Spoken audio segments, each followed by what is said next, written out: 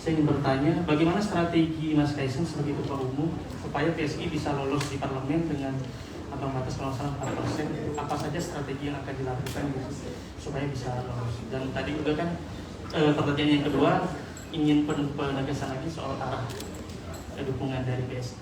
Itu. Terima kasih. Dan Mas siapa tadi? Edi. Mas Edi, silakan.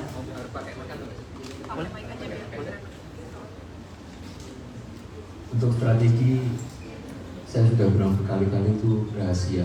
Nanti partai yang lain pada ngikut semua, nanti kalau semua ambil suara kami. Jadi kami nggak akan masuk tahu strategi apa.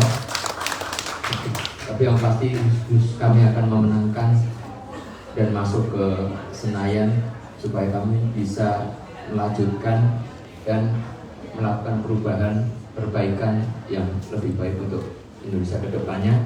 Untuk capres belum, masih lama kan, masih seminggu. Nah, soalnya juga belum, kita tunggu soalnya. Nah, kita belum ada arah capres. Mas, izin Mas, Reza dari Rumulaidi, Mas mau tanya soal kemarin Mas Kaisang katanya menyebut bahwa Mas mengizinkan Mas Gibran untuk menjadi cawapresnya Pak Prabowo, itu boleh dikonfirmasi lagi Pak? Enggak. Siapa itu bilang gitu? Saya cuma bilang kalau mau arahnya ke manapun, ya terserah. Balik lagi kalau kami kan kepentingan saya untuk di PSI, saya akan tanya aspirasi ke teman-teman PSI di DPP, DPD, dan DPW semuanya mau mengarahnya kemana. Bukan berarti ketika ada Pak Wali Kota ada di situ saya langsung arahkan ke sana, tidak seperti itu. Dan bukan berarti saya mendukung. Kemarin ada yang dari mana itu? Dari udah itu awalnya dari berita satu tapi sudah diralat. Saya nggak ngomong kayak gitu. Artinya nggak ada dukungan kemanapun gitu ya? Mas Kaisang, Denny dari Tribun News, Mas, pertimbangan tadi belum memutuskan dukungan capres ke salah satu paslon itu apa? Apakah menunggu pertemuan dengan tokoh-tokoh capres yang lainnya atau seperti apa, Mas? Pertimbangan masih lamanya? Menunggu kan menunggu aja. Kan juga buru-buru buat apa? Gak ada. Maksudnya mau nanti kita last minute atau sekarang pun juga sama aja. Gak ada beda. Pemilunya masih di Februari.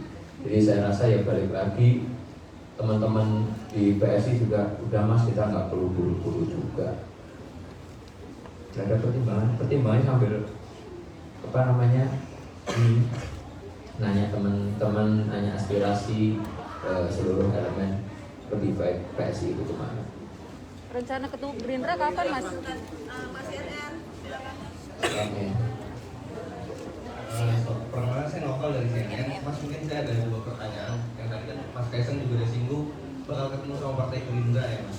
Nah ini dijadwalkan kapan gitu, apakah besok mengesahkan paham balang atau bagaimana, itu satu. Dan kedua, tadi Mas juga sempat singgung soal nasib dari Mas Gibran itu ditentukan, soal satu lagi soal opsi partai jomblo gitu ya Mas. Kalau mengacu kepada UU Pemilu ini kan partai peserta pemilu yang tidak memutuskan mendukung siapapun itu bisa disanksi untuk nggak ikut di pemilu selanjutnya. Nah kalau dari Mas Kaisang sendiri, ini bagaimana ya Mas soal itu? Mungkin dua pertanyaan itu Mas. Terima kasih.